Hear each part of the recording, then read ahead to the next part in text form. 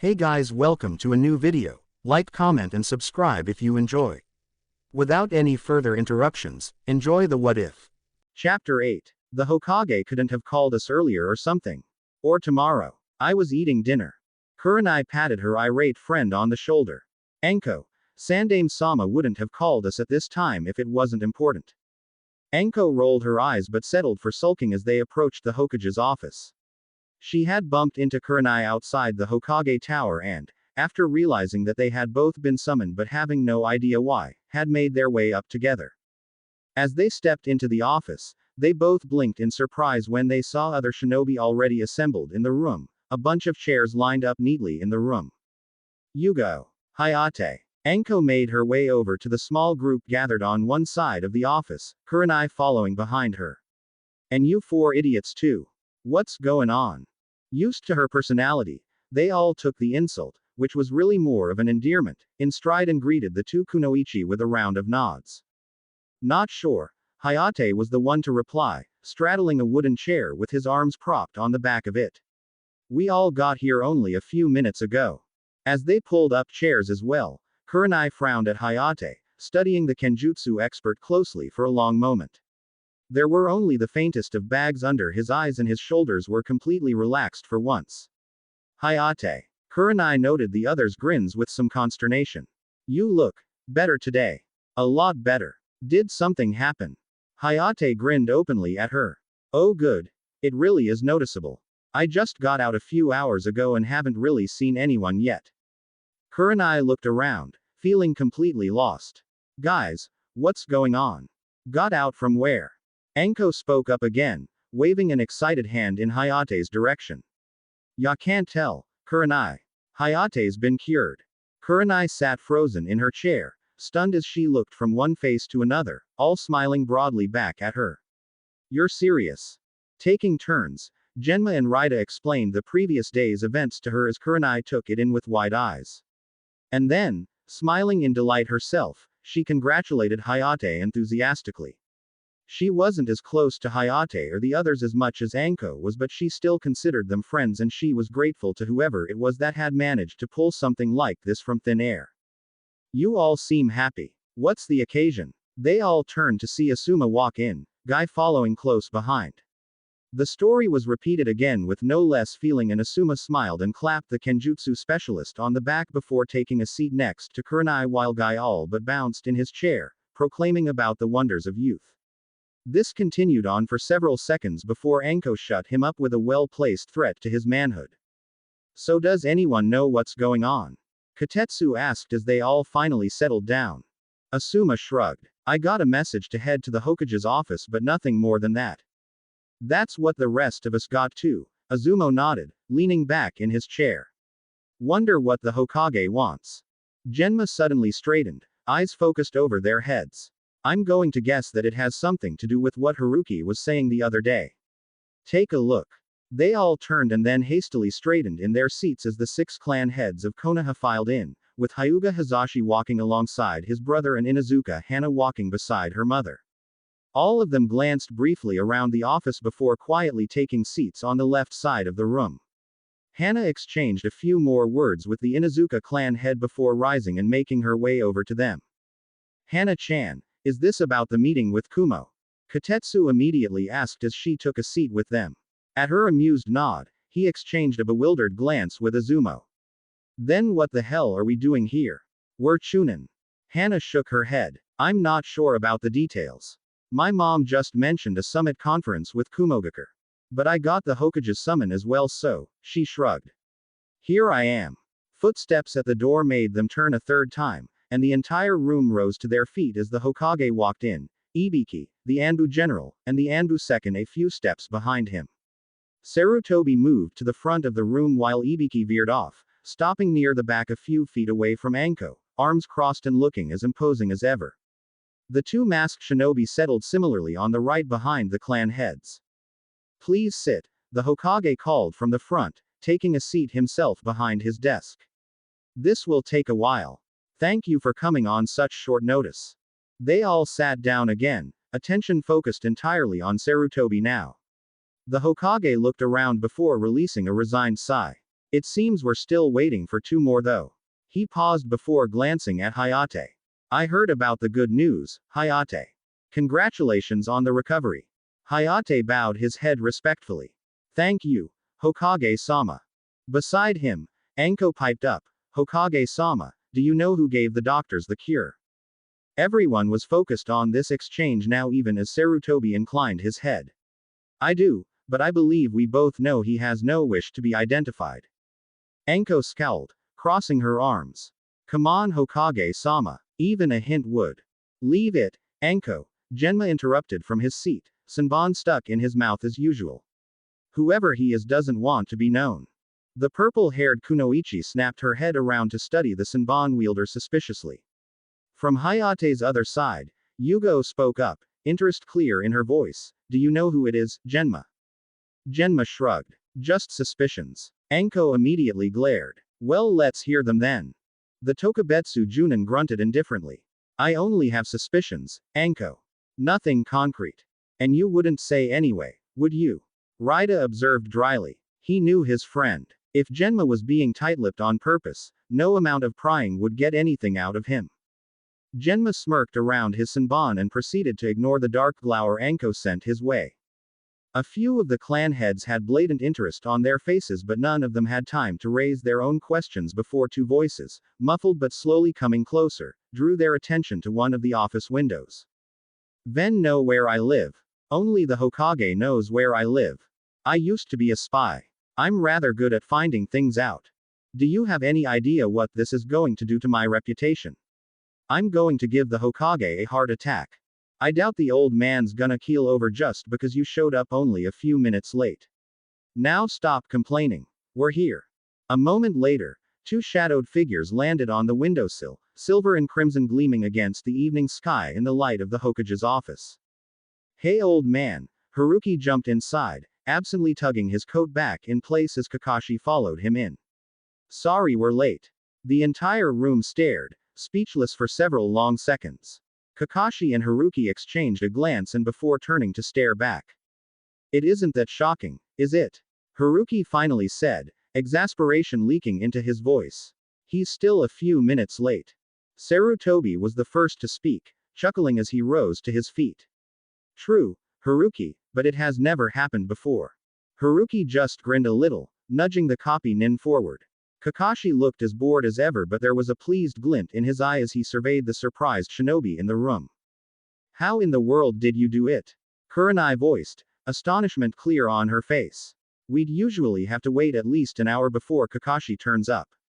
Haruki shrugged, stepping further into the office as he glanced back at Kakashi and tipped his head towards the chairs.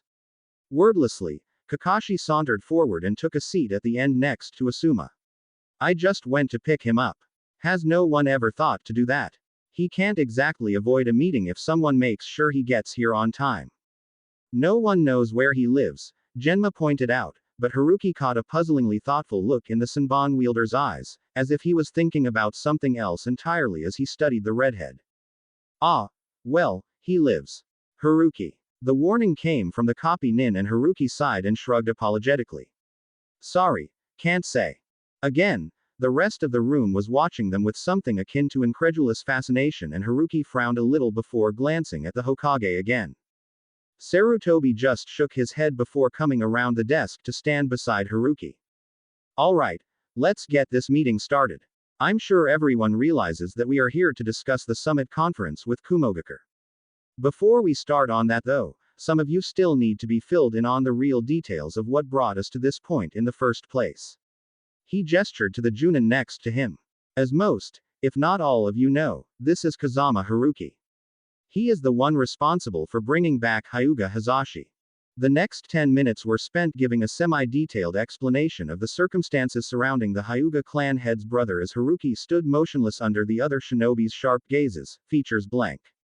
When Sarutobi finished, there were varied expressions on each of the room's occupants' faces.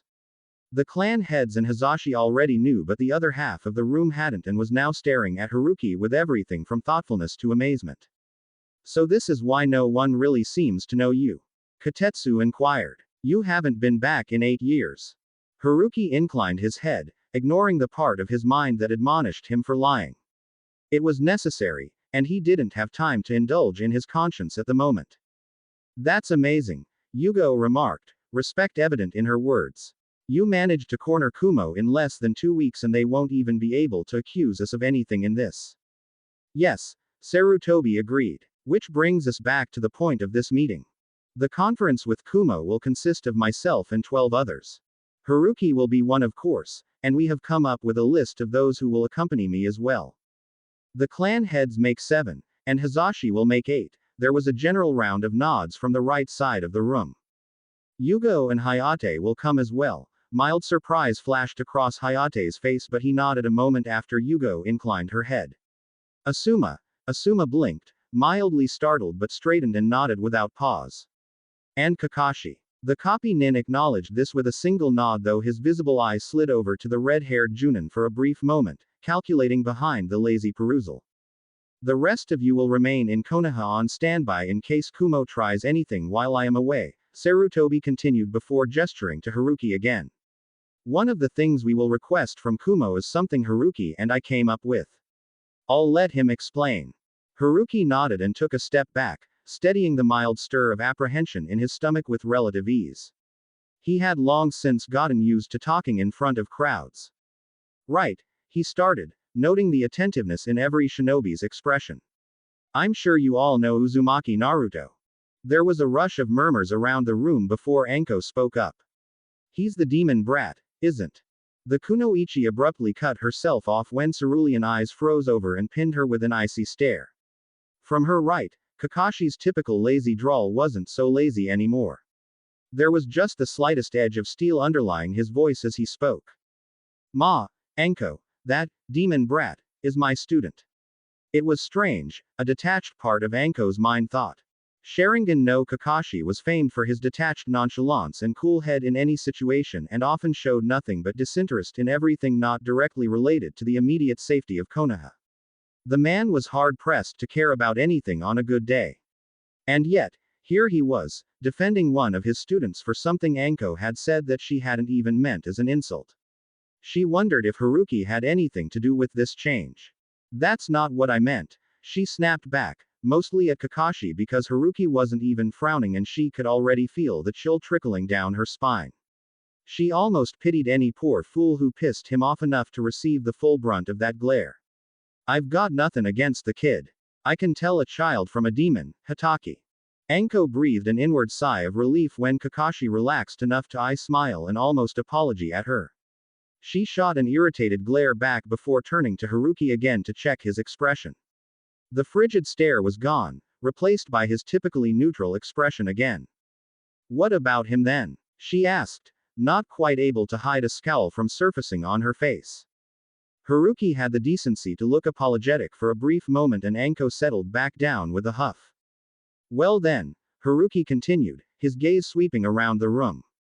As you know, Naruto is the Kyuubi Jinchuriki. But right now, all he knows is why this village hates him so much. Cerulean darkened to indigo as he spoke. He doesn't understand the Kyuubi's power, nor does he realize how strong he can become if he manages to work together with the fox.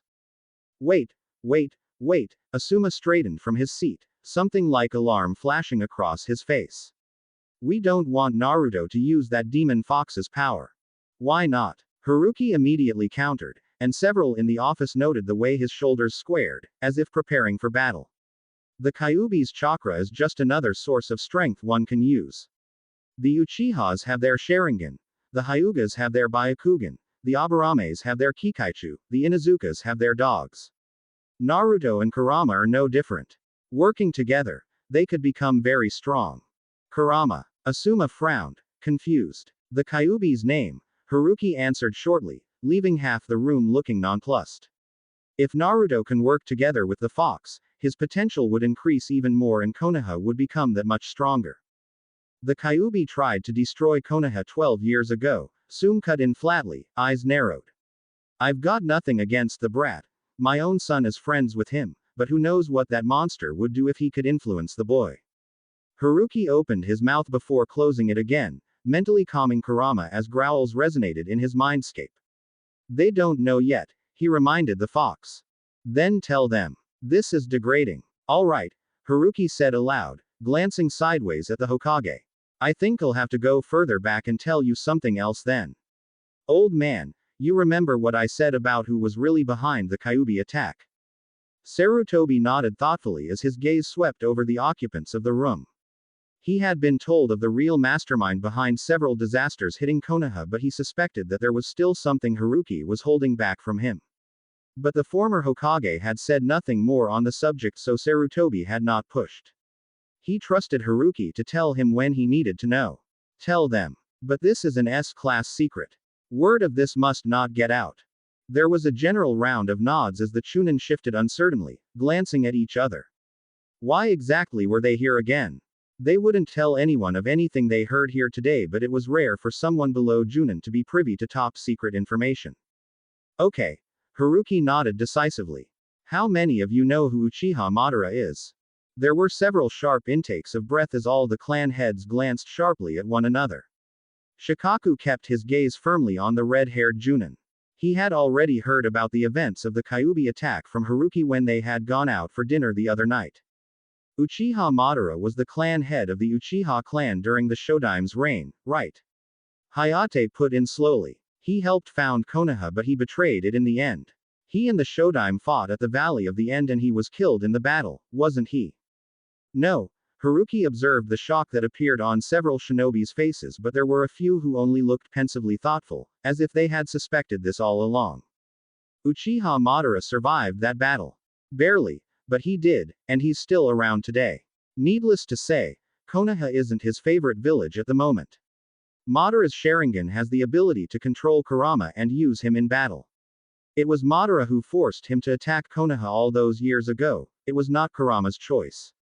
By the time the Yondaime managed to stop Madara's influence over the Kyuubi, Kurama was already too angry to stop. Absently, twitching the Senbon in his mouth, Genma glanced wryly at his friends. They looked almost catatonic with shock. Then again, he wasn't doing much better. Whatever he had been expecting in the meeting today, it was not this. In his mind, he had imagined the briefing to be something along the lines of "We will be meeting with Kumo, get your gear together, meet at the main gates, dismissed." Judging by most of the clan heads' expressions, they hadn't been expecting this either. He turned back to the front of the room, cocking his head to observe the red-haired Junin standing calmly beside the Hokage. Surely an infiltration mission to Kumo, no matter how long, wouldn't result in uncovering something of this magnitude, so how did Haruki know? He wanted to ask, but held his tongue. There was something off about Haruki's background and he wasn't sure if the questions he wanted to voice would put him in a difficult position. As it turned out, Genma needn't have worried. Someone else posted the question before he could contemplate it any further. Wait, you got all this in an infiltration mission to Kumo? Sume demanded, not understanding the heavy frown that Shikaku suddenly directed her way. Does that mean they know this stuff? No, Haruki shook his head. I'm good at finding things out and I've done a little digging while I was away. It was clear that Sume was not satisfied with this answer, but Shikaku spoke up before she could probe further, focusing everyone's attention back to the main point. Then we know to keep an eye out for Uchiha Madara. But what does the Kyuubi and Naruto have to do with the conference with Kumo? Haruki nodded. The Kyuubi is not just a mindless beast.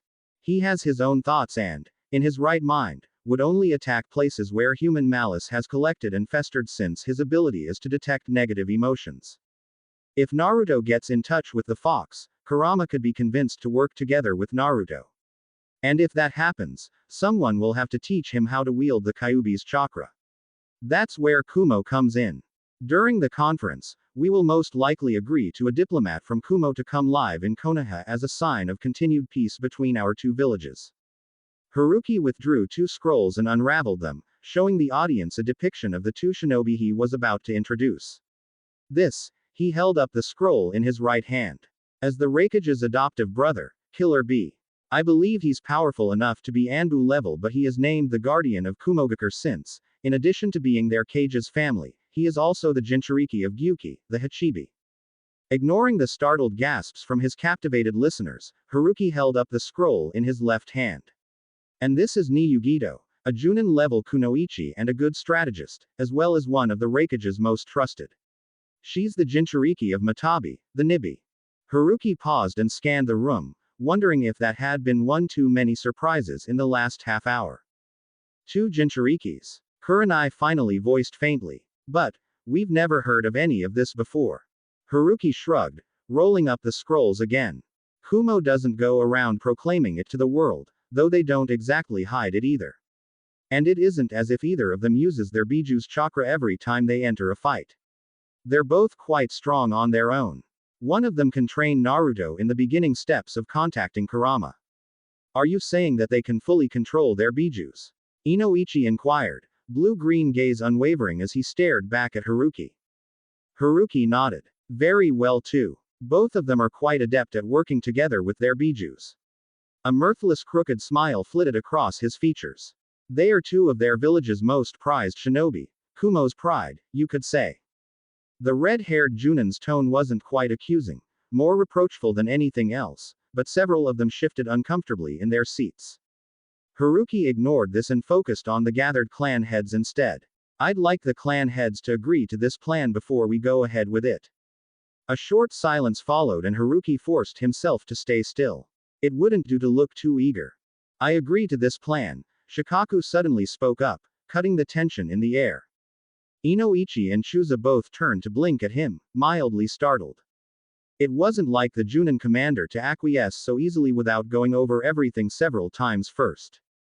Shikaku paid them no mind, continuing evenly, if Naruto can fully harness the Kyuubi's power, it would be beneficial to Konoha, and perhaps even turn the people's views of him to something more positive. Though I believe Naruto to be quite loyal to this village, what with his eagerness to become a Konoha shinobi, having almost the entire population against him is a disservice to both him and ourselves, not to mention it is downright shameful to treat the boy so badly when he is holding back the Kyuubi for us. And whether we like it or not, the fox, though dormant, could one day break free of its seal. Since that is a possibility, I'd much rather have the fox on our side than against us. Thoughtful murmurs swept the room as Haruki shot the Nara head a discreet look of thanks. Shikaku gazed back calmly, tilting his head in a minuscule nod. He had meant what he said 2 nights ago, he wouldn't leave the time traveler to fend for himself anymore. Although he would have to pull the redhead aside later and maybe lecture him a bit about giving him the full details before telling anyone else. He could have come up with an even stronger defense had he had time. Well, if that's the case, I agree with Shikaku, Inoichi nodded at Haruki. I'd much rather fight beside Kurama, was it? I'd much rather fight beside him than against him if it comes to that. And the boy deserves a break from the things the villagers say. Maybe if they see that he can work with the Kyuubi, they'll be more open to his presence in Konoha. Chusa wasn't far behind as he nodded in agreement. It was widely known and accepted that one concession from their clans really meant 3. Agreed. Konoha would be much stronger with a Biju on our side, and Naruto-kun would benefit from this as well. Near the back, Hiashi glanced at his twin, raising a questioning eyebrow. He had already accepted that Hisashi knew something about Haruki that he didn't. Like how the Junin seemed to know so many things that he really shouldn't, he didn't believe for a moment that Haruki had just picked it up by doing a little digging, and usually turned to his brother in cases like this. It sounds like a good plan, he commented in a low voice as he studied Hisashi's expression. What do you think? Hisashi just smiled and inclined his head. I think it is a good plan as well. Naruto working with the Kyuubi would greatly benefit Konoha. Hiashi nodded, shooting an exasperated look at his twin for the unhelpful agreement. He had been hoping for a hint to the mystery surrounding Haruki, at the very least. Turning to face forward again, he spoke up, I agree as well. But whoever is chosen should be closely watched. Of course, Haruki nodded. That would go for anyone coming to the village as a diplomatic envoy. Soon listened to the other clan head's agreement before glancing impatiently at Shibi. Well, she asked in a lowered voice. What do you think? Shibi glanced sidelong at his former teammate and raised an eyebrow. Soon rolled her eyes. Sometimes, she wondered when she had managed to pick up enough patience to dissect an Abarame's silent speech. A raised right eyebrow alone had 36 different meanings, she had counted. This one meant why are you asking me? Because I think it's a good idea, but I'm not just gonna pitch headfirst into this like everyone else is doing today, Sume muttered back. I mean, since when does that stick up his ass Hyuga agree so easily to anything? This time, Shibi frowned at her, which had 52 different meanings, a minute crease in his brow that was only noticeable to someone looking for it. Sume huffed in irritation. You got used to my language a long time ago. Concentrate on the important thing here, Shibi. Shibi finally sighed, and even Sume had lost count of how many meanings that could amount to. She had given up after 94 and had simply memorized the sounds instead, and said curtly, I agree with this plan. It is sound, and advantageous to Konohagakure. Sume nodded, suppressing a sigh of her own as she turned back to the front. Personally, she had no objections, and if even Shibi agreed, she would support this plan fully. But still, there was something bigger here, something someone in the room must know and wasn't telling, and Haruki was smack in the middle of it. We agree too, she called out bluntly. But I'd like a general idea of each one of them before deciding who to pick. Haruki nodded, mentally releasing a relieved sigh. Sume and Shibi had been his biggest worries. He hadn't interacted with them very much in this timeline and wasn't sure if his plan would be enough to put aside the suspicions that he knew they both had of him. Great. Then, Haruki turned to look at Kakashi. We'd need to work out some sort of deal with Kumo first, and in this case, Kakashi would get the last word in Naruto's training. The copy nin lifted an eyebrow at this, gaze flickering briefly to the Hokage and then moving on to focus on Shikaku before returning to Haruki again. He had been annoyed when a spark of betrayal had stirred inside him after catching the unsurprised expression on the Nara head's face once Haruki had revealed the mastermind behind the Kyuubi attack, as well as the short exchange between them after Shikaku had defended the redhead's plan, and it was still nagging insistently at the back of his mind right now. With hidden irritation, he shoved it down and concentrated on the matter at hand. What did it matter if Haruki had told Shikaku first anyway? It certainly didn't concern him. The Nara head had probably finally caught up to the redhead and had managed to worm a straight answer out of Haruki. Whoever trains Naruto will have to do it while I'm there as well, he said instead, voice light. And my other two students will have to know about Naruto's circumstances too.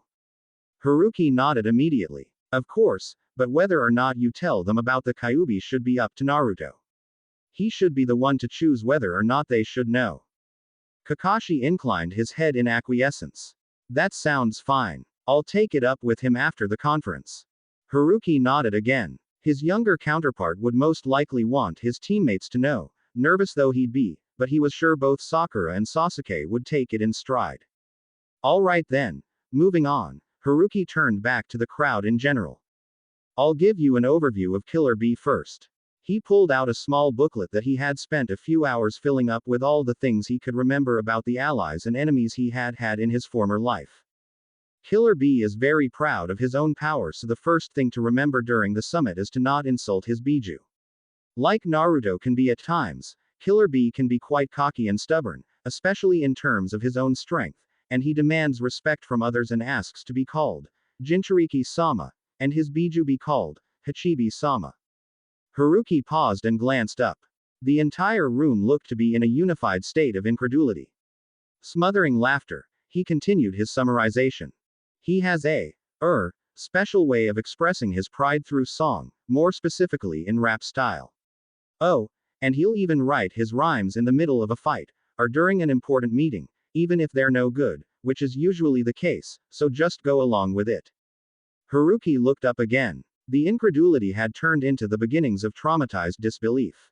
Kakashi was glancing between the booklet Haruki was reading out of Ngai. The taijutsu specialist was the only one who seemed to be completely at ease with Killer Bee's description. Still trying not to snicker, Haruki returned to his report. Bee doesn't respect anyone who makes fun of rap or his lyrics, so in other words, don't laugh, or mouth off to him, or do anything to offend him if you want to work out a deal to bring him back to Konoha. For his battle skills, he's not the type of person to work with strategies with other people. He was already completing missions that were supposed to be assigned for both him and his brother, without the Raikage's knowledge.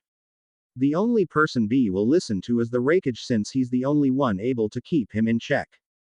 B knows talent when he sees it though, and he respects those with it. A good example would be his fellow Kumo Jinchuriki, Yugito. He really looks up to her for her abilities. B has a very close relationship with his older brother, and the reason behind him becoming a Jinchuriki in the first place was for the sake of the raikage. He didn't complain, and he's always cheerful and determined, much like Naruto is. However, even though he sounds pretty hot-headed, when someone close to him is in danger, he has no qualms about putting himself at risk to save them, if necessary. As far as I know, he has a pretty good relationship with Gyuki. They don't have any problems working with each other and both of them are damn strong by themselves. As far as abilities go, B's good at taijutsu and kenjutsu, and he has the ability to flow lightning-natured chakra through his blades to increase their cutting power. Haruki stopped for a moment.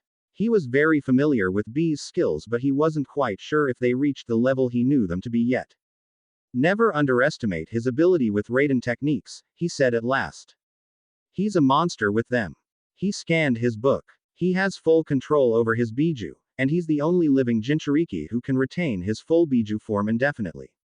He paused again, hesitating for a moment. Though when I say control, Haruki clarified. B and Gyuki are more like partners than anything else, which makes them even stronger in battle.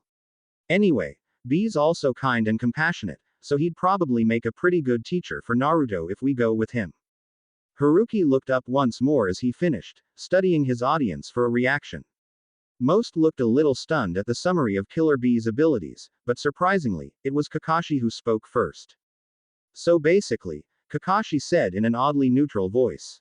This Killer B, with his rap and lyrics and whatever else he's got, is the meta guy of Kumogakure. It wasn't a question but Haruki contemplated it for a moment before nodding somewhat cautiously. He supposed, in terms of, well, eccentricities, that was true. I guess so, yeah. I see. Kakashi raised one hand, deadpanning, I don't care who she is, I vote for the woman. This set off an immediate chain reaction. Beside him, both Asuma and Kurenai raised their hands as well and chorused, seconded. S2, Yugo, Hayate, Katetsu, Azumo, Anko, Raida, and Hana's hands all shot up. There was a distinct pause as everyone blinked. Guy looked mildly offended. I think Killer B-san is extremely youthful, he announced, much to the visible annoyance of Kakashi. I would not mind such youthfulness in Konoha. You wouldn't, Kurenai sighed. What do the clan heads think? Inoichi chuckled but turned back to Haruki. Let's hear about the other one first. Haruki nodded and flipped a few pages. Right, Ni Yugito. She's a hard worker, proud, wise, and a courageous kunoichi. I hear she's also firm and decisive in battle, and thoughtful of her teammates as well. She's younger than Killer B but, like I said before, he looks up to her for her skills. She's a decent strategist, and better at close-ranged combat. Because of the Nibi, she can grow her fingernails and toenails into claws, and she uses fire against her enemies very efficiently. She has the ability to fully transform into the Nibi while keeping her mind, and while she doesn't have complete control over Matabi, she can control the transformation and how much of the Nibi's chakra she wants to use. Clapping his book closed, Haruki scanned the room. Obviously, I don't have as much on her as I do Killer B, but from what I gathered, she sounds like a pretty good candidate as well. She sounds like a good all-rounder, Shikaku commented. Killer B may be very strong but he sounds like more of an offensive type. And we want someone strong, not overly strong, Sum agreed. This Yugito sounds like the best option. Murmurs swept the group of clan heads while the Hokage glanced at Haruki. Who do you want here? Haruki shrugged, making sure to keep his voice low enough so not to be overheard. I don't really mind either one. Naruto would probably butt heads with Killer B at first, but then again, he butts heads with most new people. Yugito's the calmer of the two though, and B is. He trailed off, eyes glazing over a little as memories with that particular Jinchuriki surfaced. Sarutobi frowned a little with concern. You two were friends. Haruki stirred, shrugging again. Allies. Friends, we were on pretty good terms. His mouth twisted a little. He saved my life. Sarutobi observed him for a few seconds. He sounds like a good man. Haruki scoffed. Drove me crazy sometimes. And he was crazy, jumping in front of. He cut himself off before his shoulders slumped a little. He died. To save me, he finished lamely. Sarutobi said nothing. There really was nothing to say. It wasn't anyone's fault if one ninja died to save another, but there would always be a part of the survivor that would never let go of the guilt that came with it. We've agreed on Niyugito, Shikaku announced. She seems more disciplined than Killer Bee as well, which would probably be good for Naruto. Haruki quirked an enquiring eyebrow at this. What exactly are you implying here? Eyes could laugh, and Haruki knew the Nara head was mocking him right now. With a mental snort, Haruki straightened and nodded. All right then, I'm finished here. Old man. Sarutobi stepped forward again. The summit conference will be held tomorrow at 9 in the morning, in the forested area outside of Yugakure. I expect those who are coming to be at the village gates by 5, and those who aren't to be in position at that time as well. He paused and the occupants of the office took this as a cue to nod. Sarutobi continued, I will also need a sweep patrol to head out in front of the rest of us. Kumo will likely do the same. Any volunteers? I'll do it, Haruki offered immediately. He didn't know what kind of reaction he would have when he saw Bee and Yugito again. Better to catch sight of them first without a group of ninja around him. Sarutobi nodded, expecting as much. Pick someone to go with you, Haruki. Not the clan heads though. Haruki's gaze, to his belated puzzlement, jumped straight to Kakashi before Sarutobi had even finished talking, eyes already asking before he could open his mouth. He blinked when he thought he caught a pleased glint flash through Kakashi's lone eye. Well, Haruki prompted more grumpily than he had intended. Distantly, he noted that the entire room had leaned forward with interest again. Kakashi seemed to ponder his request before smiling at him and holding out a hand. Haruki understood instantly and scowled. No. Kakashi didn't look all that concerned, lowering his hand again. Then no, he countered easily. Haruki scoffed, crossing his arms. I don't need you to come with me. I could take Asuma then. Asuma put up his hands, already wary. Oh no, I'm not getting into whatever this is. Kakashi's smirk widened behind his mask. Well then, it looks like you don't have much of a choice. Haruki's scowl deepened. This is blackmail. Kakashi snorted. That's rich, coming from you. You've been doing the same thing for days. Sacrifice is good for the soul. Haruki retorted crossly. I could say the same thing, Kakashi said cheerfully. Haruki glowered at him. Seconds ticked by as the two ninja waited in a stalemate. The rest of the room waited to see who would capitulate. Finally, Haruki sighed and Kakashi's expression turned triumphant. He raised his hand again. Fine. Haruki pulled out an orange book from his vest, much to the astonishment of everyone watching. But if you pull this or any other volume out at any time during the summit, I'll show you just how creative my seals can get. Kakashi huffed but nodded reluctantly. Deal. I'll even leave it at home. He gleefully tucked his precious Ika away before turning to a bemused-looking Sarutobi. So, Haruki and I for scouting tomorrow. When should we leave? Sarutobi shook his head, half amused, half exasperated. Since when did Hitaki Kakashi act so childishly? 4:30. You'll start out half an hour before us. Report back before we reach our destination. Kakashi inclined his head along with Haruki and the meeting came to an end. Most of them filed out the door, stealing shrewd glances behind them as Kakashi and Haruki headed for the window and leapt out into the night. Hitaki's finally lost it, Anko muttered, shaking her head. He's more relaxed and not as distant, Kurenai corrected. I'm glad he's found someone to relate to. Anko rolled her eyes, not quite able to hold her tongue.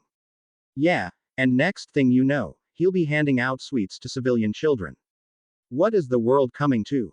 Thank you for watching. If you enjoyed the video, be sure to like, comment and subscribe, as well as checking out the author on fanfiction.net.